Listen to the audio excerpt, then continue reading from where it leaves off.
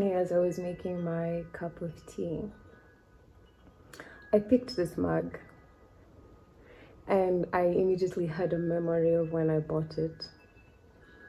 It's been 3 years since I went to a store and got this mug because I was feeling like shit. Like I did not believe in myself at all in that moment. And the reason I got the cup, therefore, was to remind myself, was to have a visual representation of the hope that I had that one day, just one day, I'll be able to believe that I am enough. And so today, it dawned on me that actually I am more than enough. I am an alchemist. And I think that's why people call me a witch. Because everything that life has offered me has been a gift that I have transformed into abundance. More and more abundance. And I'm also just also thinking about time. Time is a finite resource. We keep sharing this realization to say that what we're doing right now is therefore sacred, because we are planting seeds right now, knowing that we might not be there to enjoy the fruits. And so today, this is my renewed intention to continue being weird, to continue being myself, because I am already enough. I was born enough. I was born ready for this life. I chose this life. I'm gonna live it as I know, as I choose to.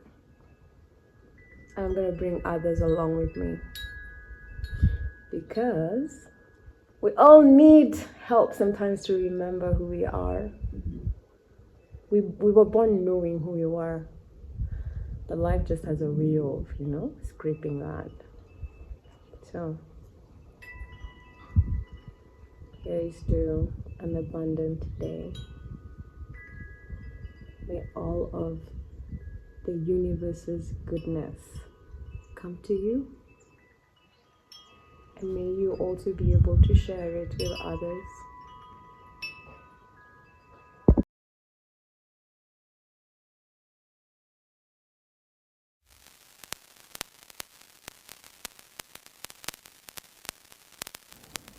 My devotion to myself as an infinite piece of the universe fuels my expansion beyond flesh and bone.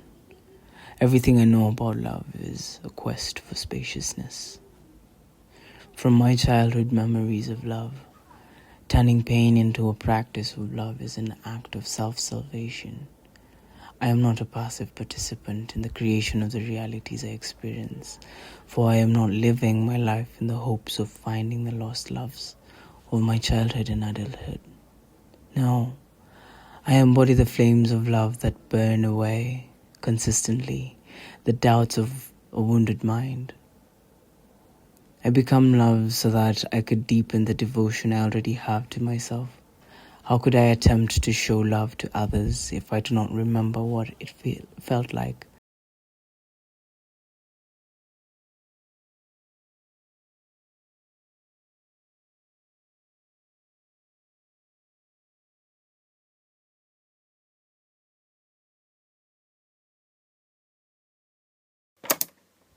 My devotion to loving myself deeply each day cracked me open, and my courage to expand keeps me open.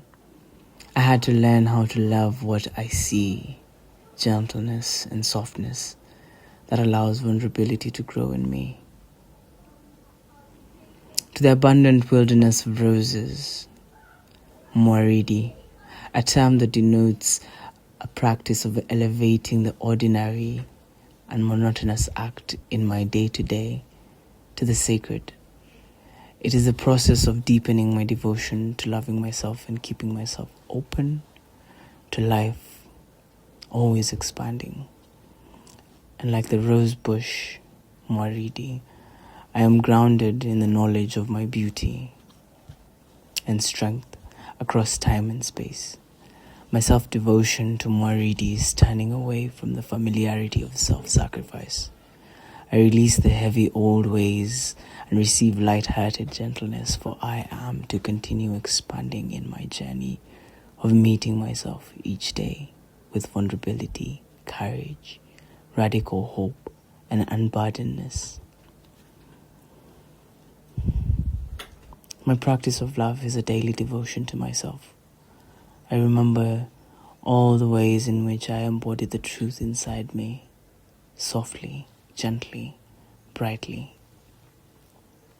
I return to the places where my soul is nourished by affirmations of ancient wisdom. I am a piece of the universe experiencing itself. I exist in these places and live in the world all at once. Never separate, because I cannot be perceived justly if I always seek to divide myself. The conquest is too expansive, even for my immortal life. I return as love each and every time.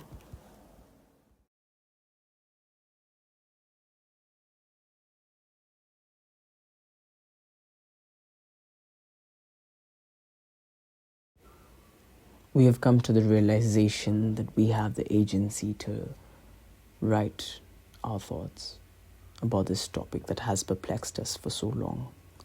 The voice was not audible in our heads for a while, that we even mistook it to mean that it did not exist at all. We are still navigating the uncharted waters of self-discovery. We have been learning about ourselves for such a long time that we've finally arrived at a place where we accept that learning is going to be a permanent place in our lives. The kind of learning we're talking about is the kind which we gather insight on the patterns and connections between people, ideas, places, and things in general. This kind of learning through observation and through experience has been critical to our work, which contributes to the dismantling of structures that keep structurally silenced communities poor. The previous years has been dedicated to us honoring our belief systems.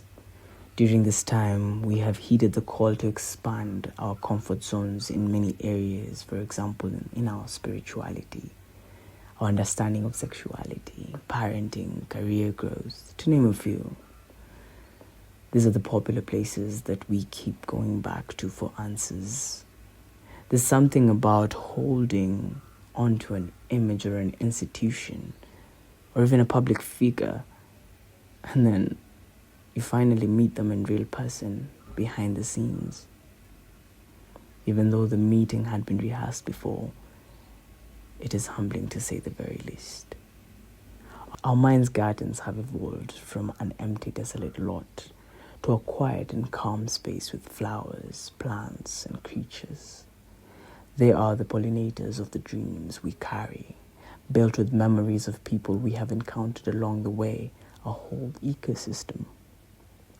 This abundance is a gift from Source, including our existence as part of the universe. I am part of creation, the story that got us here from faraway places we have come through across time. This story is as old as time, yet never ages. It is the hope of liberation that our people continue to renew as we remember where we come from and as we dream of where we are going.